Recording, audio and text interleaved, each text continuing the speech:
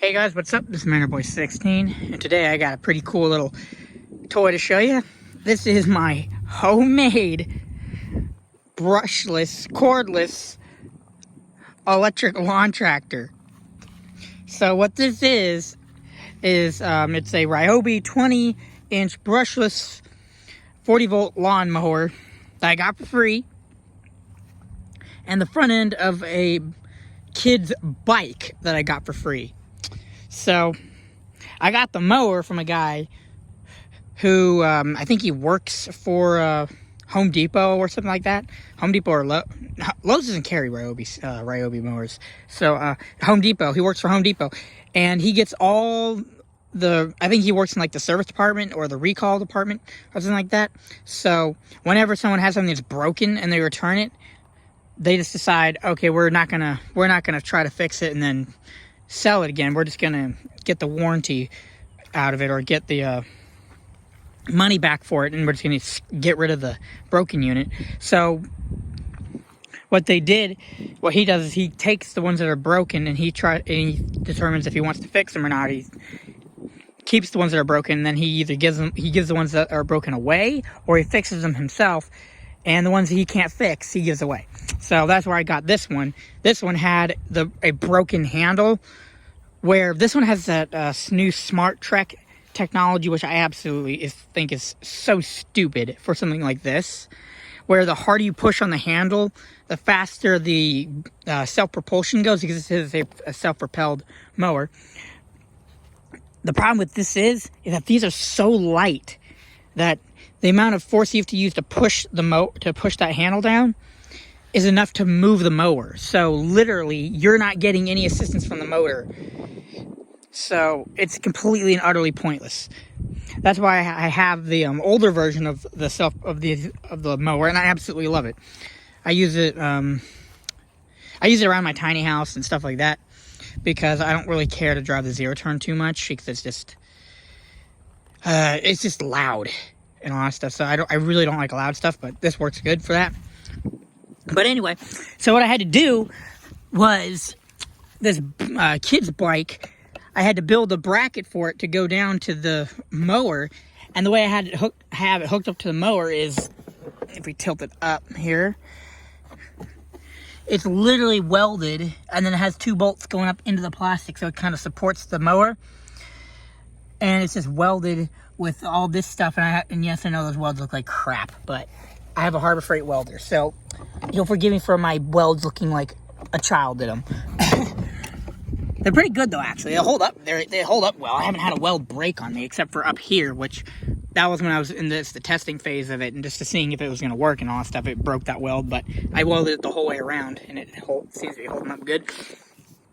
But a lot of people that make their own DIY lawn tractors use an actual lawn tractor, and they just put an electric motor in it. All I did to this was just do the front end thing, take the handlebars off, and move the electronics up to here. So literally, this mower is completely stock, except for the fact it's missing the front wheels and the handlebar. But it's completely stock, and all I had to do was just put this on there and relocate the controls. So a lot of people, they just do that with a regular mower. They convert a regular mower that's gas to electric, or vice versa, depending on what they wanted. But this is actually completely stock. I just added something to it.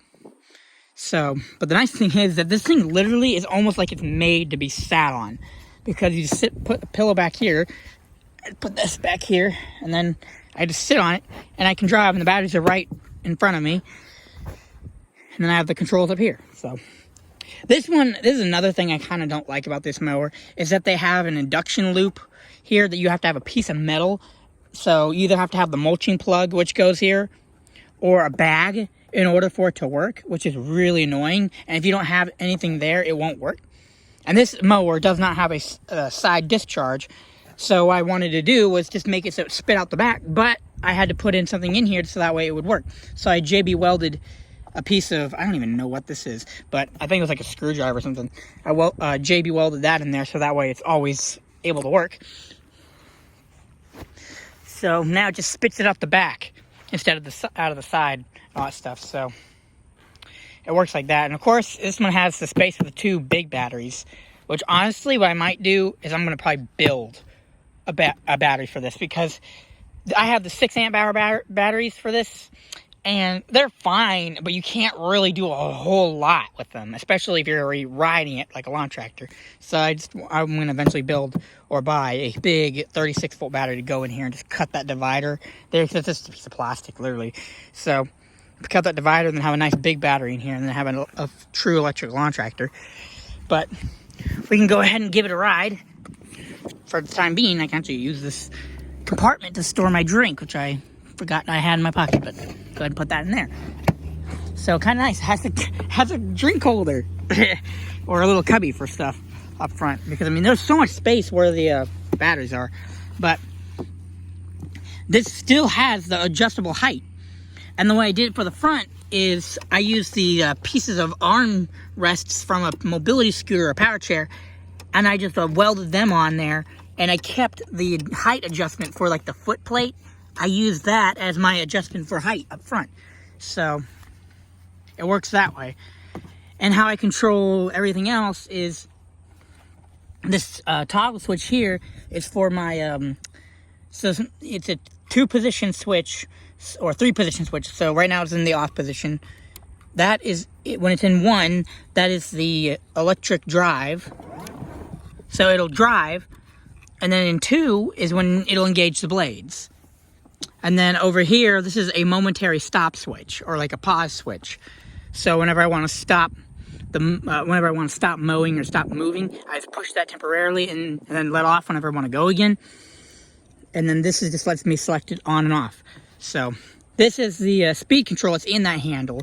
So I just put that right here so I can just select my speed and all that stuff. So we'll go ahead and actually start. You can see I kind of cut an area right here with it. So I'm going to go ahead and cut some of this over here, and you'll see that it actually works.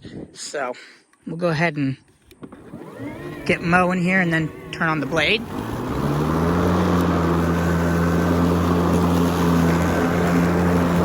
Turn around, see this stuff being spat out the back.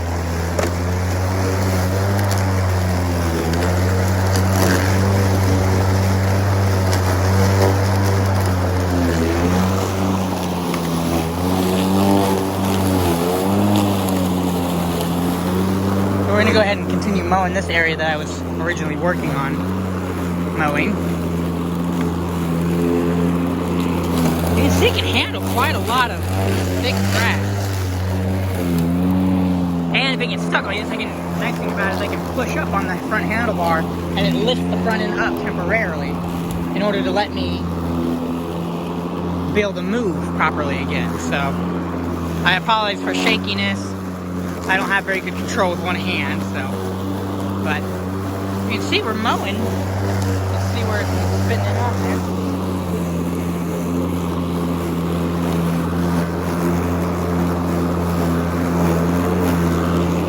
Turn around here. I can get going straight.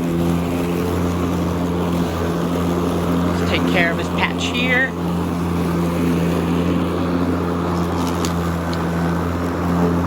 And it does go faster than this. I just try to mow slow because the grass is really tall here and it puts a lot of load on the blade motor. So I want to try to keep the blade motor from being bogged down too much. So we're going to go ahead and just go through here. You can hear it because this has a 2-speed motor or a 2-speed controller.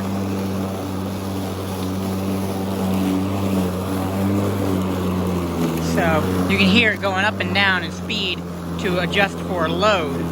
So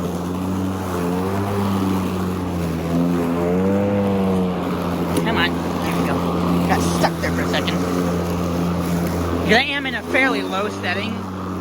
I would normally be cutting a bit higher than this and on smooth grass. But let's say if I wanted to stop temporarily, just push that switch and hold that switch down, and then with my other hand I would go ahead and hit the stop switch here, which I'll do that. There you go. So that stops it. And of course I got my height shift here, but you can't do it when you're sitting on it because it relies on the tension of that to keep it from having any problems. And this thing, a lot of people don't know about these, but they use a Power Wheels style gearbox in the rear for the self-propelled system. So get up and I'll show you here if I can get to it. There you go. You kind of see the differential right there.